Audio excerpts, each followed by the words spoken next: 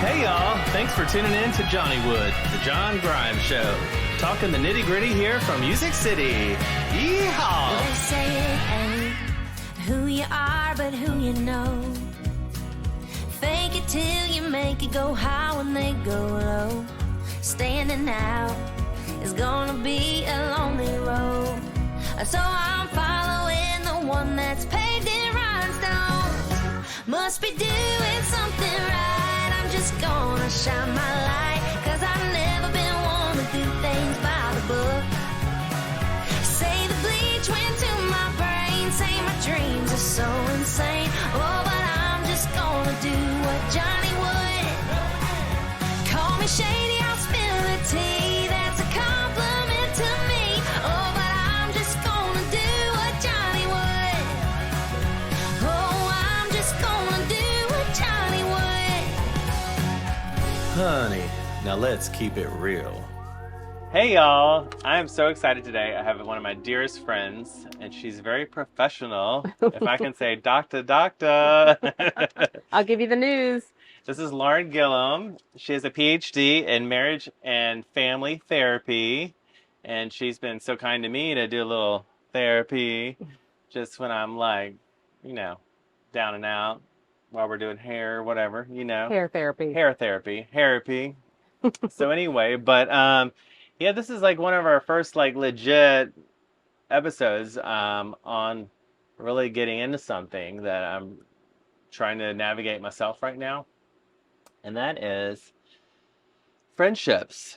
And I'm such a relationship type person, everything is relationships. Mm-hmm. And at the end of the day, if you don't have money or you don't have a fancy car or whatever, your friends are there. It's your backbone. Your backbone's connected. Right. Your friends are everything. And when Jackson we were talking about what we were going to talk about on these shows, it related to him, much younger than we are, but everybody goes through, when you, I don't know what the word outgrow, or you just kind of like your friends kind of change and things kind of start to look different, but you love you love your friends. And anyway, so I've been on the struggle bus lately, and I thought, what a better something to talk about. And something I've been stewing on all this is, and you tell me, I don't know if we talked about this or not, but like when you're dating, you're like, oh, okay, like this person, Here we like, go. yeah, I like this about them, but we'll just have to see. You know what I mean? Mm-hmm. Like, this is like a courtship. Mm-hmm. I don't know if we like courtship our friends the way we do our significant others. Yeah. Like, and maybe I was thinking too deep, but I was also thinking like when you're courting a potential life partner, you kind of go into it thinking, this may work or it may won't, or this, it's a process. Maybe, we protect our heart and we sort of, but we kind of set ourselves up for maybe this won't work out. You know what I mean? Yeah. But with our friends, for me, I just think, oh, you're always going to be my friend. Like, Yes. that's going to carry me through the good and the bad. Like, there's not to me, a friend can work through anything. Like a real friend, you can talk to.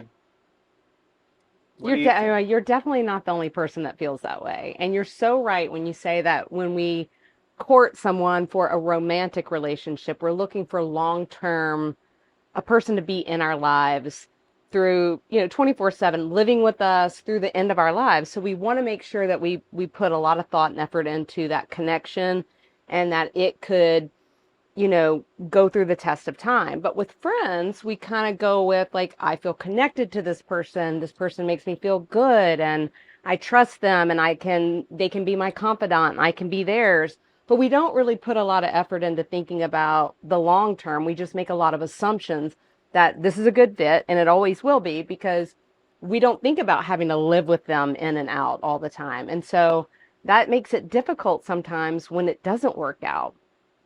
like you said too, like when we're dating somebody, we have our confidant, we have our best friends to talk to. But if we break up with that person, we have them to talk to. But if we break up with a friend, our confidant, then there's a real loss there. Yeah. And then it's like, are there friends of seasons? Like there's a season or Yes, there's a season, there's a there's reason. a season, there's a reason. So I know that's like a part of it. I know like too, like where we're at in our life, when you're single, you have your single friends. And then you start dating, and then you end up hanging out with couples, and then and then I've had some friends, some dear friends the last couple of years that have either that we were all couple friends, but then they either became single or were widowed or something. Yeah. And then the dynamics changed. Yes. And then it's like they're all single now. I'm still married, and nothing's changed here. Yeah. But like, but I miss those people. Sure. And I'm a talker. Do you know what I mean? I feel like I feel like Chris always says, my husband says, you can say anything, it's how you say it. If it comes from love and your heart. Yeah. If people can see your heart, you can kind of talk about anything. So I'm a person to want to confront, or not in a negative way, but talk about it, like, because then I wonder, like, have I done something wrong, or do we need to fix this, or do I just let it go? How do you know when it's time to let it go? Ooh, that's a good question, John. Just let it go. Let it ride. Well, the thing is if you are in a relationship with a friend that you could say to them, and this is your personality, right? So your personality is to talk it out. And so to have those conversations with your friends, like, hey, you seem a little bit off or a little bit distant. Have I done something? It's not wrong for you to ask those questions. In fact, it shows us a level of emotional maturity and emotional intelligence to recognize and have the insight to say, I notice something's different, and do a touch in, am I right here? Give me some feedback. But then if you've done that and they're not telling you that no, we're fine, everything's good, but you're still noticing that we're just not connected anymore, then you have to ask yourself, like, is this fulfilling to me anymore? Have we evolved? Is this friendship reached its maximum capacity? Or also, friendships can take a pause. Like sometimes we go through, yes, that's right. Friendships can take a pause where it's like, hey, like you said, you have kids now, I don't, or you're I've had to take a pause when I'm on a diet. Do you ever have your friends like permanent pause? Your friends that are like your foodie friends? Your friendship is about like where we're gonna go eat out, and let's have drinks and all this stuff. Point. Yeah. But I've had to take a pause before, and it's only because I'm trying to like get healthy, or it's just that's just Well, that's a great point, because we all go through different lifestyle changes and lifestyle choices. So it's like if you decide you don't want, everybody's curious about not drinking. Like what's the word? I'm not drinking curious. Anyway, not drinking alcohol, right? So a lot of mocktails and stuff like that. So a lot of people are going through making changes in their lifestyle. And then it's like, well, who do I want to surround myself with that can give me the support and the life that I want to live for now? And then you may, wind up going through that and feeling like, okay, I've got that conquered. I can now be around people who are eating or drinking or whatever. So that's a great point, John. But it is hard. Lauren's going to have a lot of dessert, and I may not be able to have a full dinner with her right now, but I love you anyway. Come on, one bite. No, that's fine. Yeah. I do like the idea though of a pause, because I do get that. I can make sense of a pause. You know what I mean? Like, I mean, there are some people that we decide, look, it's run its course.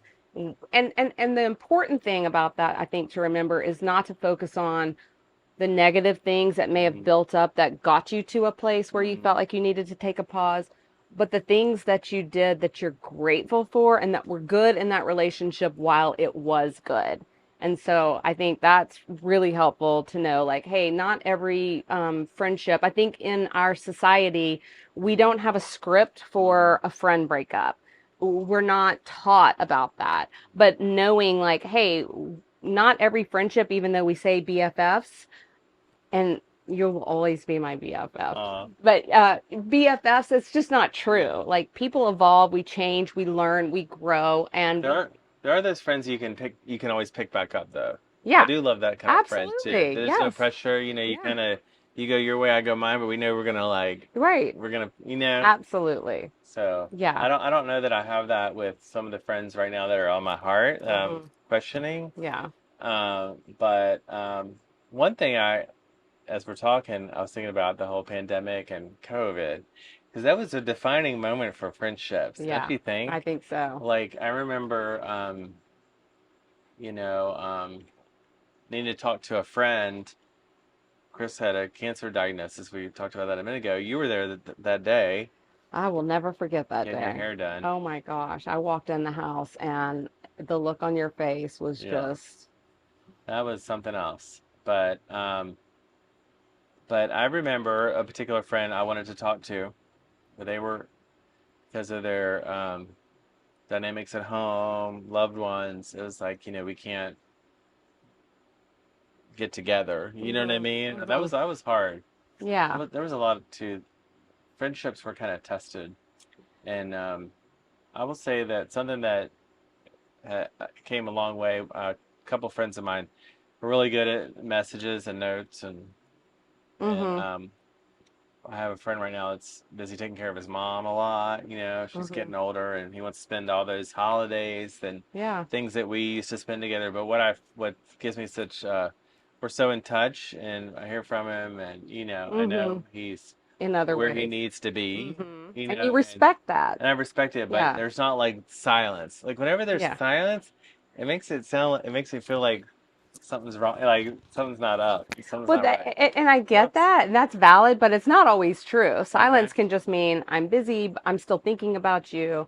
And that may be something that you could say to somebody, hey, I miss you, and when we go this amount of time without talking, I don't like that. I'd like to be able to keep in touch a little bit more. And if they can receive that information and, maybe send you a text every now and then.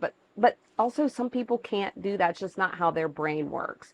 So our brains all work differently, and we have to figure out, is this just something I want, or is it something I need? And is it something they're capable of or not? And it's not personal. It's just, hey, I need something from a friendship that you're not capable of giving me, but that doesn't mean you don't love me. And then you get to decide whether you want to keep them in your life or keep them at bay or maybe potentially reach out to them later or what. But, you made a good point about something that kind of makes me laugh a little bit is I've heard a lot of people about about COVID, and it's like, oh, you can't reach out to you can't spend time around certain friends, and then all of a sudden you realize I don't really miss them, or I didn't realize how toxic they were in my life, or that song, I miss me more. Yeah, I miss me more. I don't know who sings that. I know. I'm gonna be trying to think about that. I feel like it's interesting. I have a couple friends right now, so flip it in the other way around instead of being the victim. I don't want to always be the victim. Yeah. You know what I mean? But I have a few friends I've kind of been out of touch with for maybe 10 years, probably because I got into a relationship 11 years ago and my life kind of took that turn. Maybe this is cool that I'm kind of like processing, what you're saying, because they might have thought that of me then, what I'm frustrated with now or don't understand, you know what I mean? But 10 years later, if you're still thinking about someone, obviously you love them, you miss them, they're in your heart. I have a few friends I've started talking to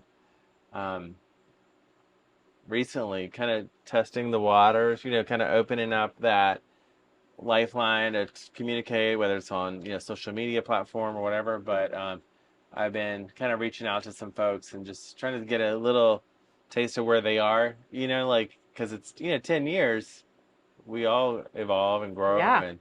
But one of these friends and I have a friend now even, some of your friends want all of you. Mm-hmm. You know what I mean? Yes. And doing a podcast, working in a salon, on a tour, married, other new friends, old friends, Time family suckers. stuff. Like, how could you have that conversation? Because you love this person, you miss them.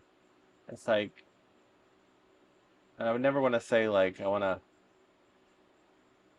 just a piece of a friendship. That's not what I want. Mm-hmm. I just wanted them to understand I'm just busy. Mm-hmm. But how would I go about, can you tell somebody that? Yeah, absolutely. How do I, 100%. tell Yeah, me, for tell me, sure. how do I, And I hope I could tell you that one yeah. day and be like, "Hey, I haven't been responding. It's not because I don't love you, but I'm just super busy. In fact, I just had this with a friend of mine Okay. who I told I've been going through some things. I'm in the sandwich generation right now, What's and the sandwich the generation? sandwich generation? The sandwich generation, John, is when you're at an age when you're both taking care of kids potentially and your parents. Okay. So, there's a lot that's going on with that. And so I had someone reach out to me and I let them know, hey, going through something right now. I would love to talk to you. Can I call you at a different date when I'm not in the midst of all this? And they did not care for that. They were very and they were You very can outspoken about take it. that sandwich and stick it. That's right. And not in a Ziploc, not in a Glad bag, honey. So yeah, so then you have to decide, like, is this a kind of person, that I want in my life? But you 100% have the option, and it's totally valid to say, hey, I love you, I care about you, super busy right now. I think about you all the time. Thank you for reaching out. I appreciate our connection. Just super busy right now, but I will get back to you and let them know that. If that's not enough for them, then you have to ask yourself, is this a habit? Is this a trend? Is this, a pattern in your relationship with them? And tell and you could even ask them, like, what could I do, what else could I Yeah, do? I'm all about that. I Yeah. actually like that. I like straight up, like honesty, just lay it out there. Give me the If I'm not a good 411. friend to you right now, like shed some light, let me know. Yeah. See what I want to be a better friend if it's Yeah. somebody I care about. It's insightful to do that. It's also okay to say, this is the best I can do right now. I've been saying that lately with some work stuff. Mm-hmm. This is the best. I'm giving you my very best, and if that's my best, I've reached my highest and maximum best, capacity. highest and best. Maximum capacity. So something else is I'm getting this little free therapy. Um, so working behind the chair, a lot of times I see you guys, once a month, every 6 weeks, and we kind of catch up real quick. And I think for my friends that are clients, they think, oh, I just saw John, we caught up, I was there, we had, you know, 2 hours, but I've got other clients in the room, Mm-hmm.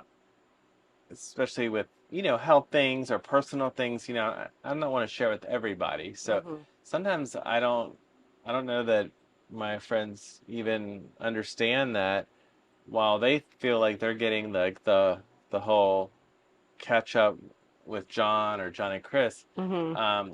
they might only be getting like the high notes, the happy notes, because Mm-hmm. there's people around and Right. I'm private or it's not the time or Mm-hmm. I'm in show mode. Like I have to be like on and nobody wants to come and be like the life sucked out of them. John, you're John's falling on up. when we come. John's falling apart while he does your hair.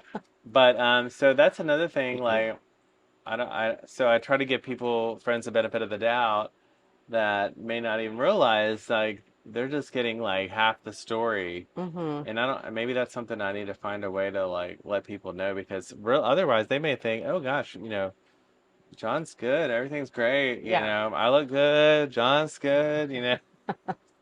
But that's a real thing. I think that's a real thing that I've just this year come to try to understand. Mm-hmm. You know, I need to be like off, like a true friend. Like I want to connect when I'm not in work mode. Do you know Yeah. what I mean? Yeah, and so then, yeah, totally. I feel what you're saying. You can reach out to them like outside. Hey, it was great to see you. I'm glad we got to catch up. There's so much more I'd love to talk to you about. Mm-hmm. You know, can we have a coffee, or do you want to can I call you, or, something like that. Or, even when you're in the chair, even saying, hey, I'm only giving you half the We need to story. go girls trip to, what is it, Krabby, Krabby Krabby Lake, Jack. Krabby Lake. What is it called? Oh, Crappy Lake. Crappy We need Lake. to get out here Yes. to We've Krabby got to go to Lake. Crappy Lake. I would do that anytime, John. Yeah, we Just need don't put me in the fish the room. noodling, right? Is that what they call when you go deep diving for catfish? Like, yeah, I don't know. Like the Countess. But yeah, I mean, you could even just say like, hey, glad to see you. I'm glad, here, there's people here. There's so much more I want to tell you. Can you give me a call when there's not other people around? Yeah. I'm going to give you a call, so we can talk more and just let them know, hey, there's more to the story. Um, but that brings up a whole new subject of friendships, and that's our work family friendships. And so, Mm. like, I would imagine that it would be, figuring out, is this person sitting in my chair worthy of my getting below the surface. It's like when you're on and you're, jazz hands and you're so fun and you're singing and we're all having the best time, but is the person sitting in the chair worthy of more than that?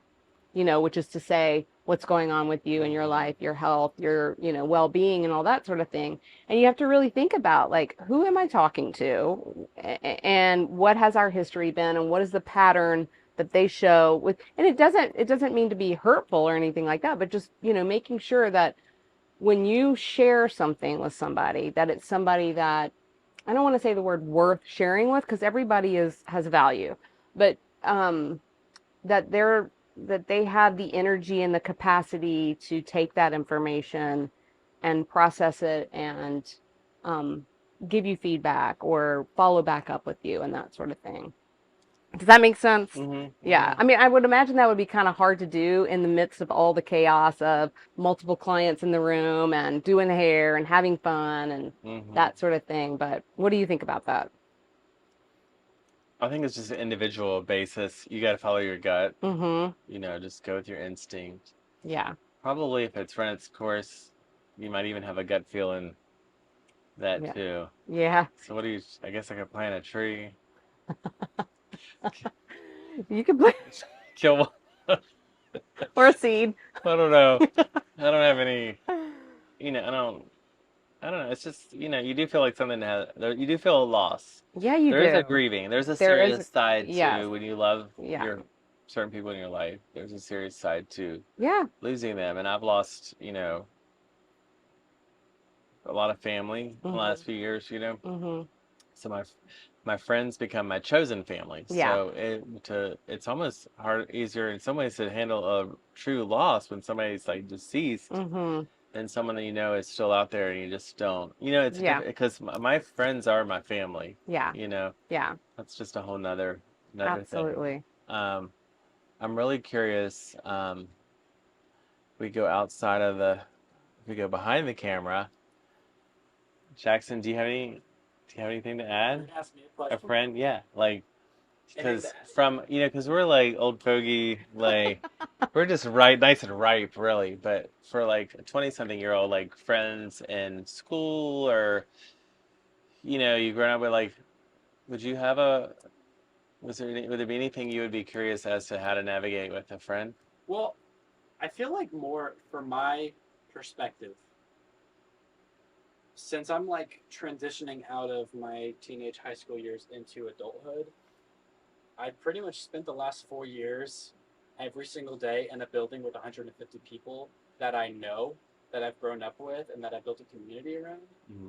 And now that that's gone, and my reputation in that building is erased, and now I'm a blank canvas, and I'm trying to figure out who I am now when I can't see my friends every single day, even if I don't want to, I'm forced to, whether I like it or not.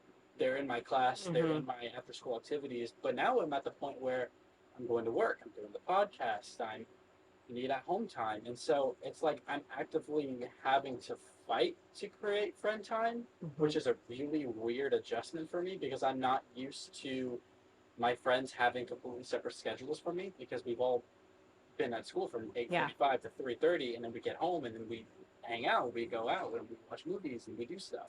And so it's very strange for me right now, especially since people are moving away to college and I'm staying here in Tennessee. And so it's like, how do I even find friends now in the lifestyle that I'm living in? That's kind of what I'm dealing with.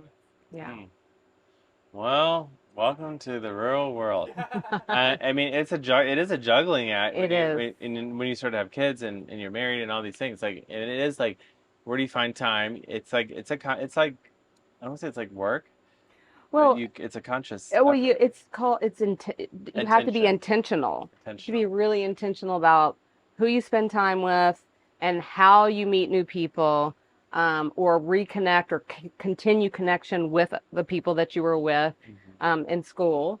And yeah. And also there's an identity there because, you had an identity in high school. I'm trying to think how many friends I have. I've reconnected. So funny thing, I have my 30-year class reunion this year. Ooh. And I've reconnected with a few friends the last 3 or 4 years. You know what I mean? And the friends will come back around. It's a really cool thing. Like if they're, kind of like what we were talking about a minute ago. Like you can have a your pause. Friend, you can have a pause. Yeah. I've had a 30-year pause.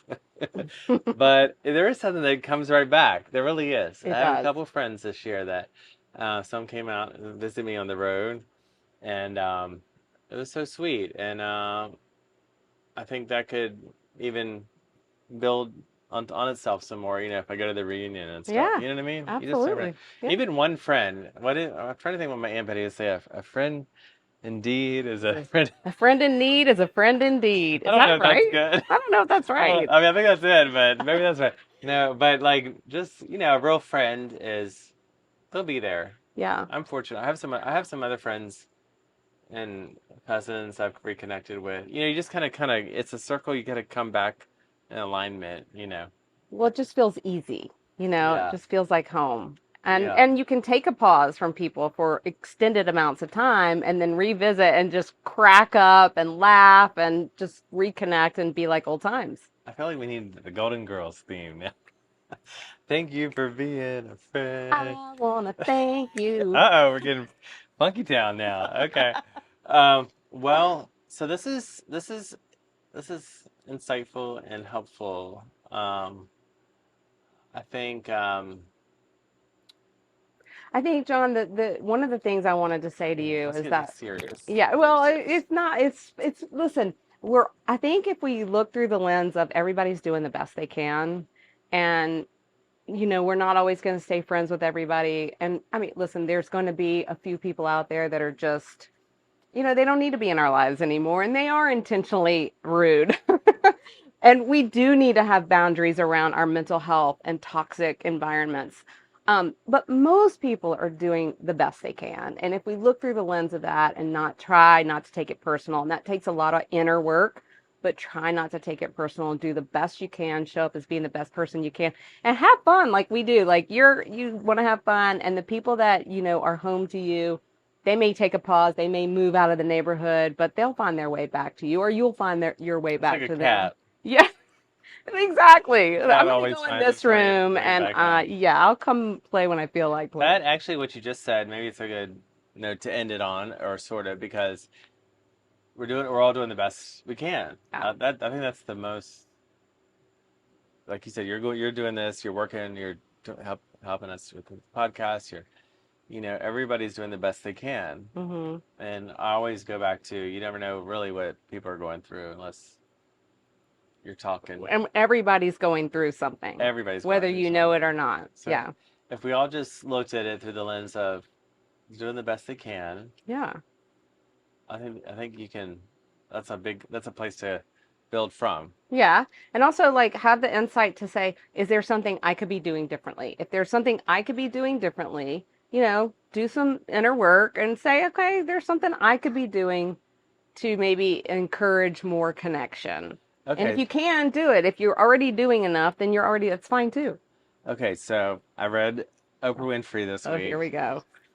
Did you see the headline or whatever? She says that you can't be friends with someone that's jealous of you. You can't really be friends with anybody who has a hint of jealousy about anything that you're doing. Certainly about your success or your, being celebrated, or you cannot. Or anything that you have. Or anything that you have. You cannot. Did you see that? No, I didn't. Yeah, it was kind of a thing this week, her and Gail. Okay. Yeah. Her and Gail are not gay. If they were gay, they would have told you by now. If you missed the news. Did they give a shout out about They gave that? a shout out. Wow. Okay. But they actually said that the reason that their friendship has lasted so long, because when anything happens good for Oprah, Gail is, she's like cheerleader, and she's more happy for Oprah than Oprah is, in the moment. Yeah. But what do you think of that? Like, if your friends are your jealous friends, can you build on? Is that? I think that could be true. I think also there are circumstances of which people may need a break from somebody that they are quote unquote jealous of because they're going through something in their life that maybe they would like to be going through, and it's just too hard for them. Like, I don't know, I would use an analogy like a woman who's trying to get pregnant but has infertility issues, and her best friend or a friend that she's close to is, popping out the babies. Fertile Myrtle. She's popping out the baby. That friend may need a valid pause. Like, I can't be around you. I'm sorry. I love you. This isn't personal. And that person may take it personal, but it's not. That person is trying to preserve their mental health and well-being because this is just too hard for them. Or somebody who, let's say, is in the entertainment business and is trying to rise to the top, and their friend is, but they just haven't yet. The money or the connections, or yeah, I mean, yes, you would want them to be happy for you, and they are happy for you, but they're just really struggling they've been working really hard too, and this is just too hard for them. So it's okay to stay friends with somebody who's jealous of you, with a caveat of in a non-toxic way. That's like, I'm happy for you, but I can't be there for you or with you right now, and I know that kind of comes across a little bit selfish, but hey, sometimes we have to be selfish for our mental health. And so if, you have mental health. So if you build a strong enough relationship with somebody, hopefully they will understand that. Yeah. But yeah, I mean, boundaries. Yeah, absolutely. Well, I think that's another show. Okay. Another glass of wine, another glass of champagne. But that's interesting. I love the perspective of giving benefit of the doubt and trying to understanding where one another, where we are. Yeah. Versus just nothing's black and white. Be curious. If something seems off, instead of coming from a blaming or, making assumptions about things, be curious. What's going on? Could this be something that has absolutely nothing to do with me? Mm-hmm. Love bigger. Love. Talk it out. Talk it out. Love will build a bridge. Yes. Well, thank you for being on here. Thank you for having me. I feel like you're going to be, you should almost be like a regular. Okay. I hope a little John and a little wine. I'm in. Well, maybe we can do one on the road. Okay. Well, she. Little she. Well, anyway, thank you guys for listening, and hopefully there's a takeaway today that can help you through friendships and how to navigate, and just, I think, have an open heart and understand everybody's going through something, and we're all in this together, and it's okay to take a pause, right? So we'll take a pause until next week, right? Yeah. All right. Thank you guys for listening. Thank you. Bye-bye. Thank you. This was fun. Are people ever jealous of your hair? Can you be friends with people that are jealous of your hair? Well, I just tell them to go see John. All right now.